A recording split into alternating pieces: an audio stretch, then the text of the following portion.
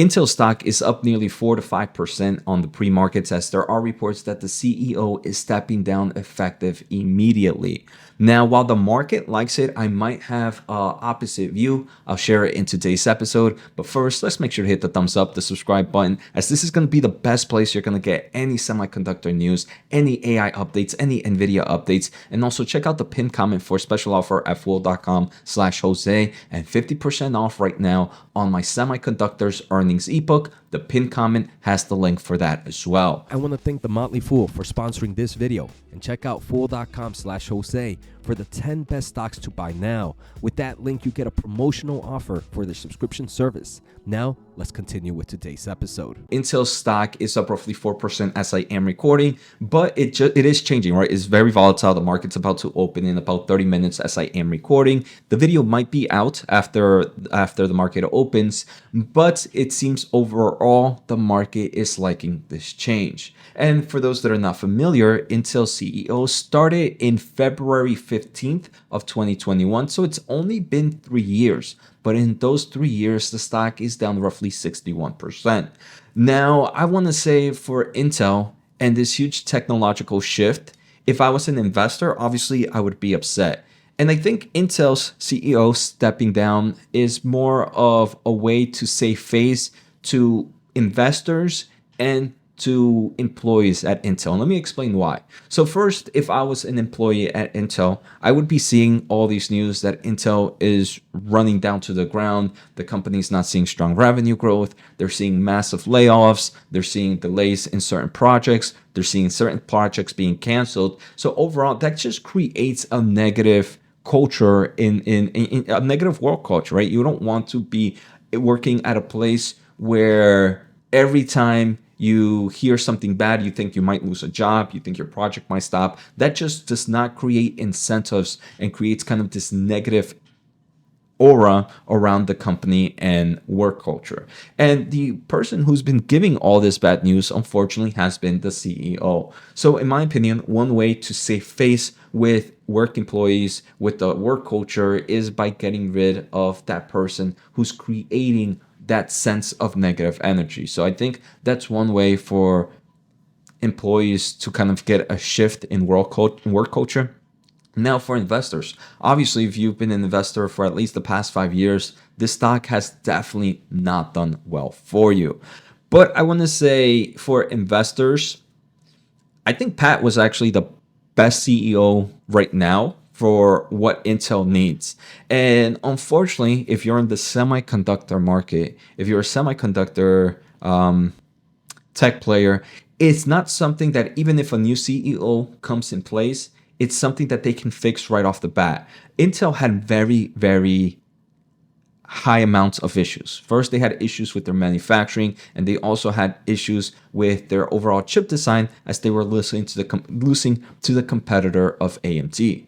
But any major change in designs, any major change in manufacturing capabilities is something that will take multiple years. It will take years to design, years to verify, years to start this overall change, right? So I think right now, whoever's next in line as CEO is actually going to get a winning ticket, and they're going to say, wow, this next person was the person that completely changed the road for Intel. But I believe that should actually go and stay with Pat, because I think Pat made a lot of changes that are kind of making that road of possibility for Intel to succeed. At the end of the day, Intel's success is never guaranteed. Obviously, they have a lot of issues, but everything that Pat has done, from the changes in manufacturing, from the changes in the design of Intel overall, and kind of that guidance he might have provided for those changes, are what's going to carve Intel to have the possibility to succeed.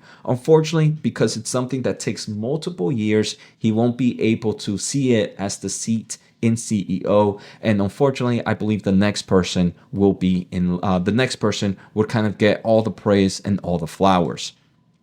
Now, if we take a closer look at what Intel announced, is they mentioned that he is stepping down effective immediately as December 1st of 2024, even though we're sitting on December 2nd. I don't know why they couldn't share it yesterday.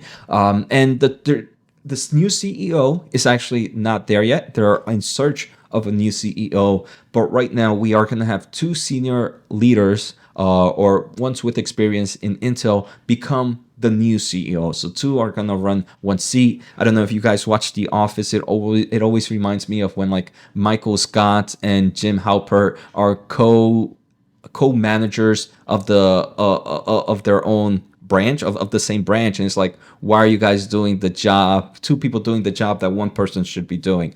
But luckily they both come with experience and different types of experience. We have David, who is this current CFO, which is obviously good news in the financial side because he'll be able to kind of think things in the financial aspect. Then you have the other person, Michelle. She is currently the CEO of Intel's core products, and for those that are not familiar, Intel's core products are the client computing group, the data center and AI group, and the network and edge group. So you kind of have that aspect, and that seems to be the industry that right now needs to get a lot of a lot of support in. Right now, they also mentions that there's no change to Intel's foundry leadership, and that remains unchanged, which is great. But to be honest, if we're looking for a new CEO, I would want the new CEO to be someone with engineering experience. I think right now we're still in the phase of Intel where you need an engineer leading the team. I mean, AMD's Lisa Su started on October 8th of 2014.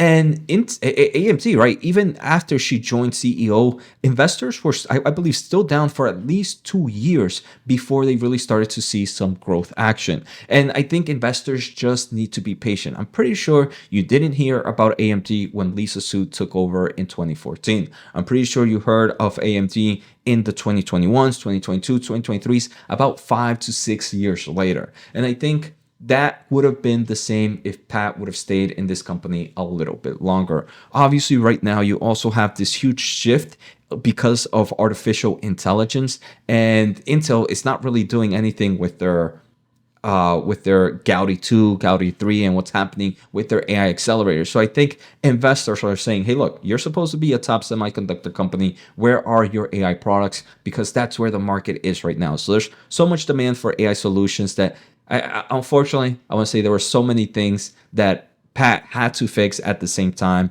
that is kind of creating this negative aspect for him. But I think at the end of the day, patience is what's needed for Intel to truly change. It's not new leadership, right? Because now new leadership is going to take even longer to see what's happening. Are they gonna follow the same route? Do they have other agendas that they need to solve? Are they even going to be an engineer? They're going to be looking more at the financial side, even though the engineering aspect is very important for a company like Intel that's turning around. So like I mentioned, while I'm not a shareholder, I believe this is not the best news for Intel at the moment. So I am going to be curious to see who the new CEO is going to be, how long it's going to take for them to find somebody. So let me know in the comments below. What are your thoughts? Are you happy that Intel is changing? Why are you happy?